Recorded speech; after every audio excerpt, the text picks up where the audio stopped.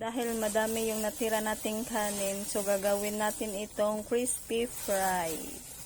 Ngayon ay magpapainit lang tayo ng ating kawali. At kapag mainit na ito, lalagyan natin ng mantika.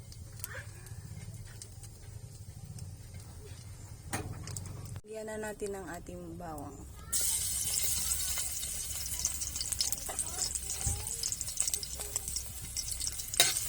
Haluin lang ito hanggang maging golden brown.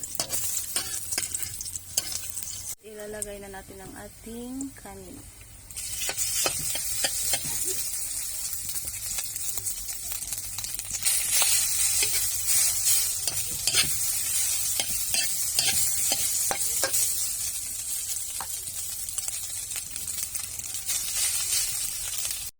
Lang natin ito pang hindi dumikit.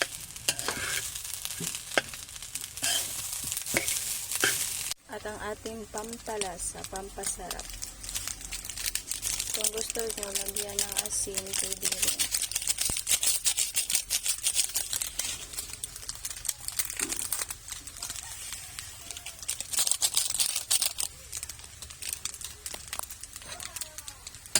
Mix.